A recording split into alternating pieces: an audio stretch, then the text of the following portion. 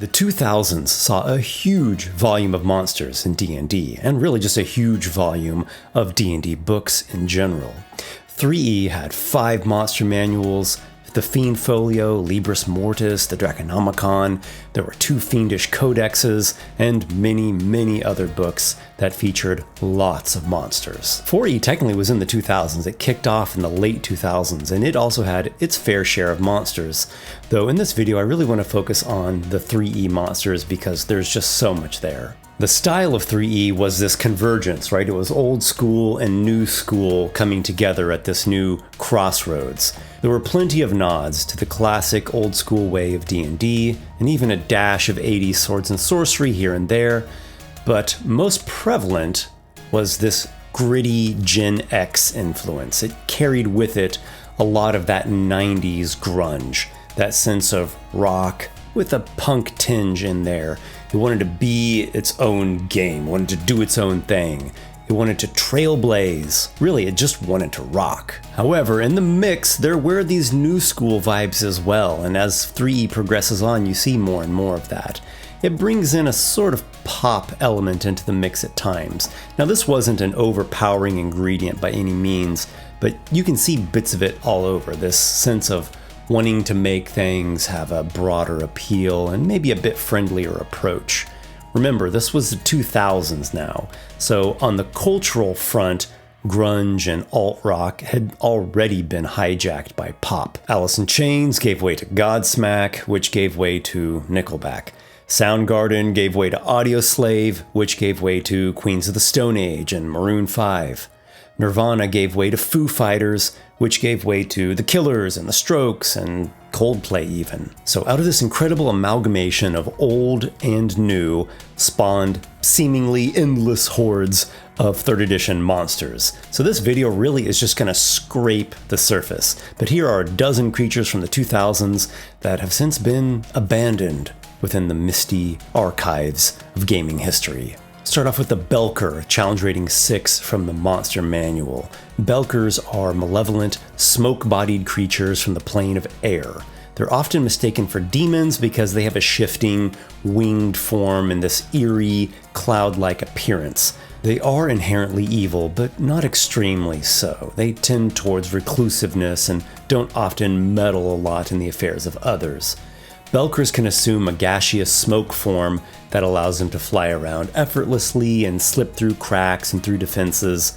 In combat, they slash with claws and they bite, so they're pretty vicious, but really their most terrifying attack is their ability to seep inside of the foe's lungs. They go in there, and there they manifest these smoke claws that tear the creature apart from the inside.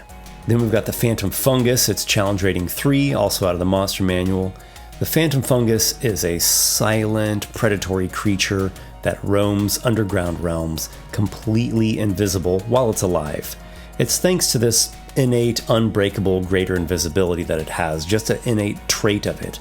It's essentially the fungus version of the invisible stalker. It's really only once the fungus is dead that the invisibility wears off and you can see the thing, and it's this squat, moldy mass with sensory nodules and this gaping, toothy maw. It stalks its prey by sound and by scent, going about on these 4 stumpy legs and striking suddenly from unseen angles. It's a feared menace among subterranean dwellers and cavernous adventurers.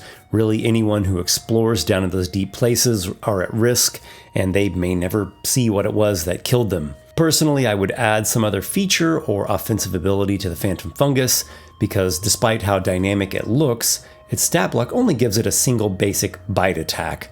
I'd like to see some kind of attack with those tongue-like tendrils with the hooks growing out of the ends. Next, we have the Grig at CR1, still in the Monster Manual here. Grigs are a kind of sprite, so they're associated with others like pixies and nixies. They're tiny, cricket-legged fae known for their high spirits and colorful clothing and relentless mischief. They stand just over a foot tall, and they combine the torso of a sprite with the wings and legs of a cricket. And they're pretty fearless. They are bold enough to go and play pranks on any creature, and pretty much all creatures are larger than them. They steal food, collapse tents, or use their magic to make objects talk. Grigs really are surprisingly bold. They'll even go into combat, wielding their little bows and daggers, and they cast spells like Entangle and Pyrotechnics and Invisibility.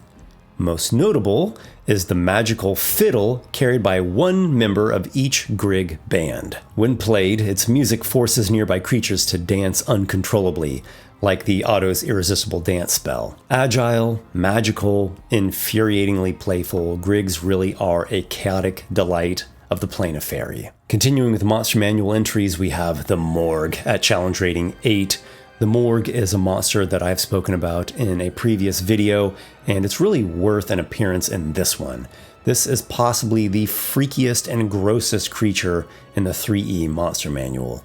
It looks almost like a skeleton, but has horrid, writhing guts filling its ribcage, and one strand of these rises up and out of the thing's jaws, like a long intestine tongue that ends with claws. It is the undead corpse of a mass murderer or other evildoer of heinous proportions.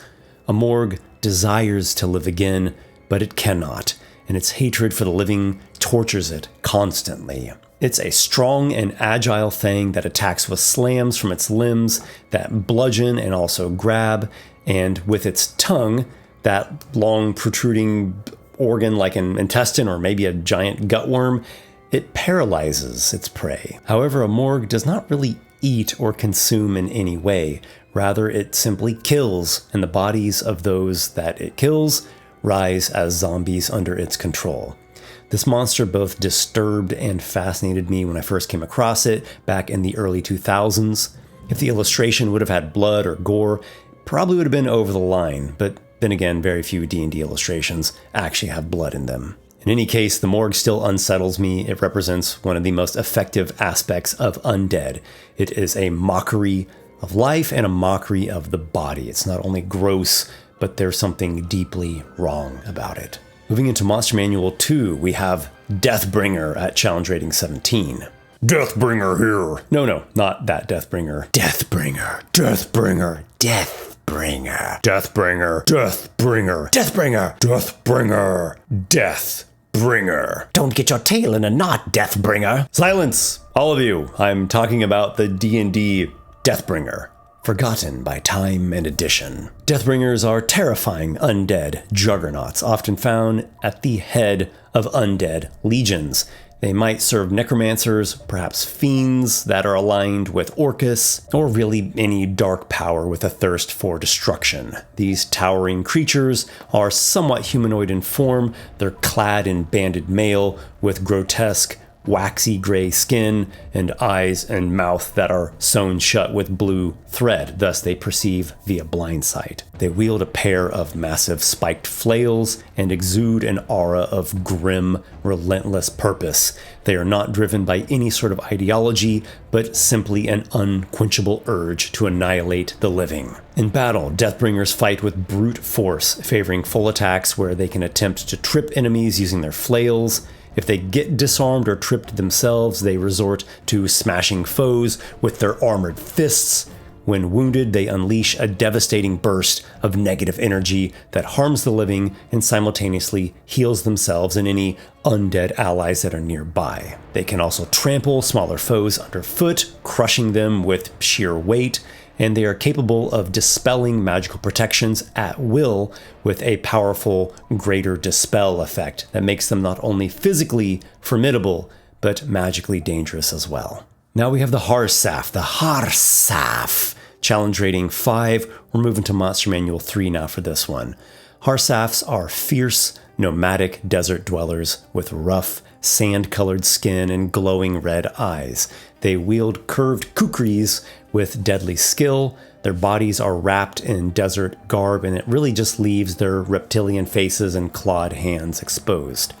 Harssafs live a harsh existence among the shifting sands. They often raid settlements at the desert's edge. They're said to be born of fire and sand, tough, proud, and fatalistic. They're not exactly bloodthirsty by nature but they will kill without hesitation when survival demands it. They view combat as a practical necessity rather than some source of honor or thrill. In combat, Harssafs prefer ambush tactics, using their ability to assume flowing, sand-like forms to hide beneath the dunes. Once prey is perceived, often sensed with their blind sight, they burst out of the sand, weapons igniting with supernatural flame. Their fiery aura scorches nearby enemies, and their strikes sear flesh in addition to cutting it. A Harssaf can also unleash a violent burst of sand once per day, blasting enemies with a powerful pulse that blinds and flays with razor grit. Though they often fight with kukri blades, many Harssaf clans train monks adept at grappling spellcasters, especially those who wield cold magic that's viewed as anathema to the desert's heat. Harssaf society is organized into a strict caste system that splits between the scouts, which are basically the warriors and the leaders, and the tenders, who are essentially the rest of the population. Also includes the elderly, the artisans, and those who are rearing children. And the young are raised communally and educated in martial, practical, and spiritual disciplines to prepare them for life, ideally as scouts. Despite their internal order and their traditions and disciplines, Harssafs maintain a nomadic existence. Sometimes they come into conflict with rival bands, and they'll even skirmish over territories in the desert. They do not revere gods in the usual sense. Instead, they worship the desert itself as a sort of living force that they believe is destined to consume the entire world. Legends speak of ancient Harssaf sanctuaries buried deep within the dunes, where the faithful gather to preserve their history and to train future warriors in desert-born monastic traditions. So there's a lot of interesting stuff with this monster. The Harssaf really has always mystified me. It has 2 pages devoted to developing its lore and its stat block, even has statistics for how a player could play one as a character. But there's just this one illustration, and nothing seems to have ever been done with them. Just this single entry in Monster Manual 3, and then they were simply abandoned by the designers and D&D gamers even. I can't find a single piece of fan art illustrating this monster. Next up is the Nycter at CR2. So we're going to continue that same trend we saw with the Harssaf, now with the Nycter, also from the same book, Monster Manual 3, another monster that was introduced and then just didn't really gain traction and was abandoned. It even has this fantastic illustration done by the wonderfully talented Mark Teeden. This is back when D&D books were allowed to have artists with different signature styles. I miss that. There are some fan illustrations and remakes of this race, but most look like cutesy anime furries, and they immediately blur with just various bat folk illustrations. So the Nycters are small, bat-like humanoids who make their homes in shadowy caves, living quiet, cooperative lives centered around community and survival. They have leathery wings and fur-covered bodies, and they cling to cave ceilings. They'll fly in somewhat short bursts whenever they need, and they have sensitive echolocation that gives them an uncanny awareness of their surroundings. Nycters are deeply communal creatures. Each individual contributes to the well-being of their group. They are distantly related to a different bat-like semi-humanoid creature called the Desmodus. Those are more aggressive. They're actually in Monster Manual 2. Nycters essentially view these distant cousins as brutish and uncivilized. The Nycters themselves would much rather use diplomacy and live in harmony. They don't really seek out any kind of domination. If they have to go into battle, Nycters rely on agility, on stealth, and they have this sonic cry. It's fairly powerful. It can disorient or even paralyze foes that are within a short range. It's this high-pitched shriek. It overwhelms the senses of nearby enemies, like non-Nycter creatures, and then the Nycters themselves can maybe flee or coordinate a better attack. Some Nycters rise to the respected role of defender of the cave. It's a druid-like blend of sentinel and tribal leader. They're responsible for safeguarding their people and guiding them against the many threats that can be found in the Underdark or near Underdark areas, and also any internal threats that might rise up within the clan. And now we take a look at the Lhosk at CR4, still continuing with this trend of monstrous folk from the 3E Monster Manual 3, those that were one and done, just created, then abandoned. So the Lhosk is an intelligent race of forest creatures who have spider-like lower bodies and gorilla upper bodies, which actually that fits together really well. It creates this hairy black creature that is mighty and a little bit freaky. Even though they've been discarded to obscurity, I think the Lhosks have potential, especially given how versatile they are. They climb and they throw entangling webs like giant spiders do, but they do not have venom. Rather, they attack with just powerful gorilla bites and slams, and they'll even wield simple weapons. They seem to favor spears. They are wild-spirited things. They live nomadically, roving about in warm forests and jungles. Unfortunately, their lore is very limited, and what small amount the book gives us isn't exactly groundbreaking. If only they would have gotten some additional lore and maybe one more unique ability there in their stat block. Now we have the Whisper Demon. The Whisper Demon at challenge rating 9. This one comes out of Monster Manual 4. Whisper Demons are incorporeal horrors obsessed with madness and self-inflicted suffering. They're vaguely humanoid in shape. They have this mottled greenish color and jutting brows and twisted sneers. It gives them a cruel, mocking appearance. They float silently across the battlefield, their presence betrayed only by the distant sound of murmuring voices. These voices slither directly into the minds of the living.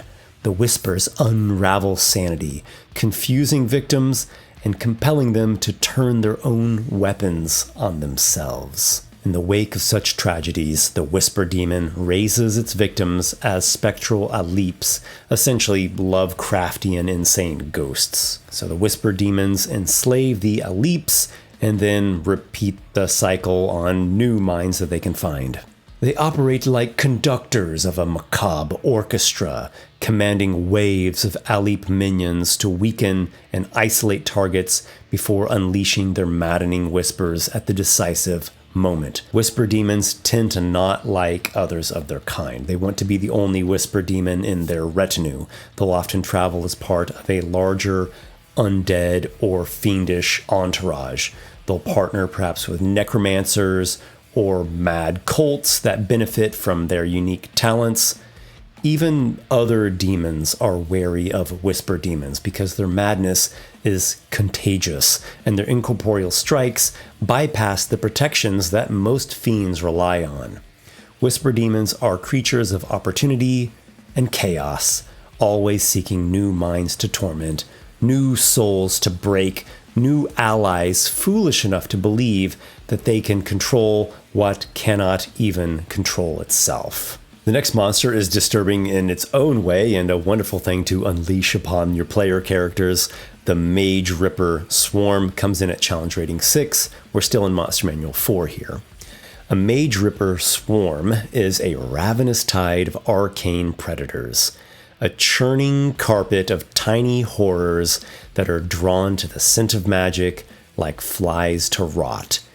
Each wriggling creature is a grotesque patchwork of jagged jaws and chitinous legs and flailing tentacles, eyeless yet unerringly accurate in its pursuit of spellcasters.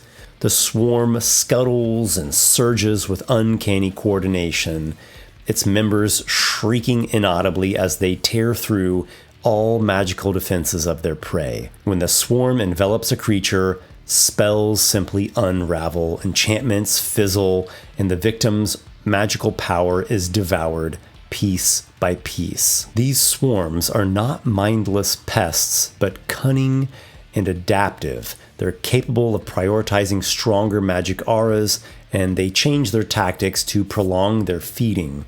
A Mageripper Swarm grows stronger with each spell it consumes, swelling in numbers until it splits like a dividing cell. and that doubles the threat every time, by the way. Their origin was an artificial one. They were concocted as certain strange magical monsters are in D&D.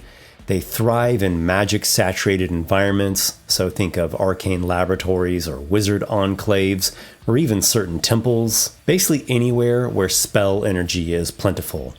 They're not exactly evil by their nature, but their presence heralds devastation for anyone who relies on magic, as they go and consume spells and drain spell slots, and leave once vibrant places of learning stripped bare of all arcane life. And now we come to the Vitreous Drinker, has a CR of 11, still in Monster Manual 4.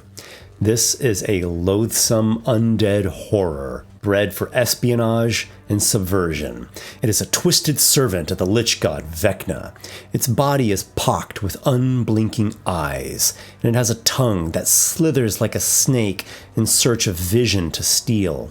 It moves with a stooped, almost pitiful gait, an unsettling form that betrays its true purpose, to steal the sight from the living and replace that sight with its own gaze. The stolen vision is not merely a weapon, but it's a tool. The drinker uses the sight of its victims to surveil entire communities, watching through unwilling eyes as it gathers secrets for its dark god. And it has an eerie flock of incorporeal ravens silently circling overhead. This creature transforms any space that it haunts into a paranoid nest of eyes. So it's much more of a spy than a warrior. The Vitreous Drinker rarely engages in open combat. It likes to haunt at the edges of civilization. It establishes a clandestine network for spying purposes. It does so by preying on those who have been forgotten, the beggars and stray animals, really any kind of overlooked lives. It transforms them into unwitting sentinels, and once its web is complete, it uses the stolen sight to monitor its targets constantly, planning ambushes and manipulations from the shadows. The spectral ravens serve as a mobile surveillance unit. They're ghostly, so they slip through walls and alleyways. They follow targets wherever the drinker's blind thralls cannot reach. When the drinker does strike, it does so with surgical precision and immense cruelty, disabling or isolating the vulnerable, then vanishing before retribution can even be delivered. In the grand and vile tapestry of Vecna's schemes, Vitreous Drinkers are threads of shadow and silence. They often act alone, but they're always serving a purpose that is greater than themselves. They operate with uncanny patience, sometimes observing a target for months before acting. They answer only to their god Vecna, but they occasionally will ally with local villains, or assassins, or cultists, basically anyone who might serve their cryptic objectives. Whispered legends claim that Vecna speaks directly to the Vitreous Drinkers, imparting pieces of forbidden lore and guiding their gaze toward hidden truths. Whether these tales are actually fact or not, one thing remains certain. When a Vitreous Drinker is near, someone is always watching, and nothing you see can be trusted. And now we arrive at Chorranathau, the Inscrutable, at challenge rating 18. This one comes out of Monster Manual 5, so we're quite late into 3E at this point. So to talk about Chorranathau, we have to first talk about Zorvental, also known as the Great Game. It's an ancient and enigmatic competition played solely by dragons. Zorvental is part a strategy game, part a cosmic gamble, and even part ideological obsession. Dragons who join the game undergo a transformative ritual of Zorvental, sacrificing their innate spellcasting in exchange for powerful abilities that allow them to manipulate minions, called exarchs. They communicate telepathically with other Zorvental players, and they even influence the world from the shadows. The game itself is maddeningly complex. Only dragons can fully understand its tangled rules. They resemble a mix of chess, poker, and feudal politics. The game can be played out over centuries, with hordes, layers, and mortal lives as the stakes. Direct combat between the dragons who are the players of Zorvental is forbidden, So they operate through agents. Could be adventurers, monsters, could be other lesser dragons, basically any kind of manipulated pawn. They use strategies, strange strategies with evocative names like Castling, Claw Test, Seed Horde, and Seed Sham. Each one involves elaborate ploys to misdirect, mislead, and undermine rival dragons. The game's rules are arcane and contradictory by design, fostering all kinds of mystery and paranoia. What looks like a random encounter to mortals might be a deeply calculated move with layers of intention hidden behind it. Characters who survive these schemes often become stronger. They're ideal new pieces for future plays. So this brings us to Chorranathau, who is one of the most respected and feared players of Zorvental. Chorranathau is a legendary fanged dragon and a master of the great game. He commands dozens of younger dragons as vassals and dozens more exarchs, including powerful spellcasters and elite mercenaries. To him, morality is irrelevant. Alignment, ideology, these are merely distractions from the ultimate contest, the mastering of Zorvental. He has cultivated a great reputation for unpredictability, making him a Zorvental player that few others dare confront. His horde is massive. His mind is always scheming, and for those who cross his path, whether knowingly or not, it's already too late. They'd become pieces on a board far older and far more dangerous than they could ever imagine. Chorranathau rarely moves from his lair in a mountain temple, preferring instead to maneuver others like game pieces, always 10 steps ahead of his competitors. On the occasion that he does engage in combat, he is an extreme opponent, to say the least.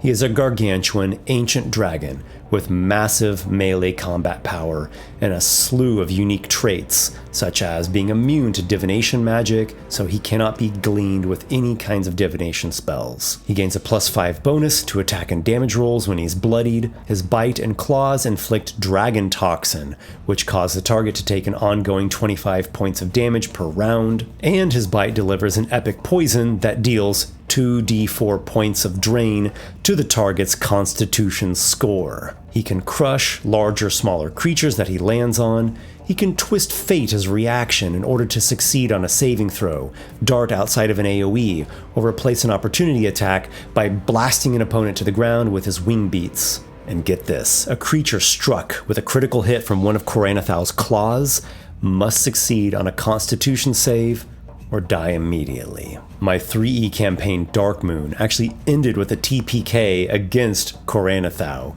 It was a great campaign that lasted for many months, even started at first level. The characters couldn't pull off a win against this ancient fang dragon.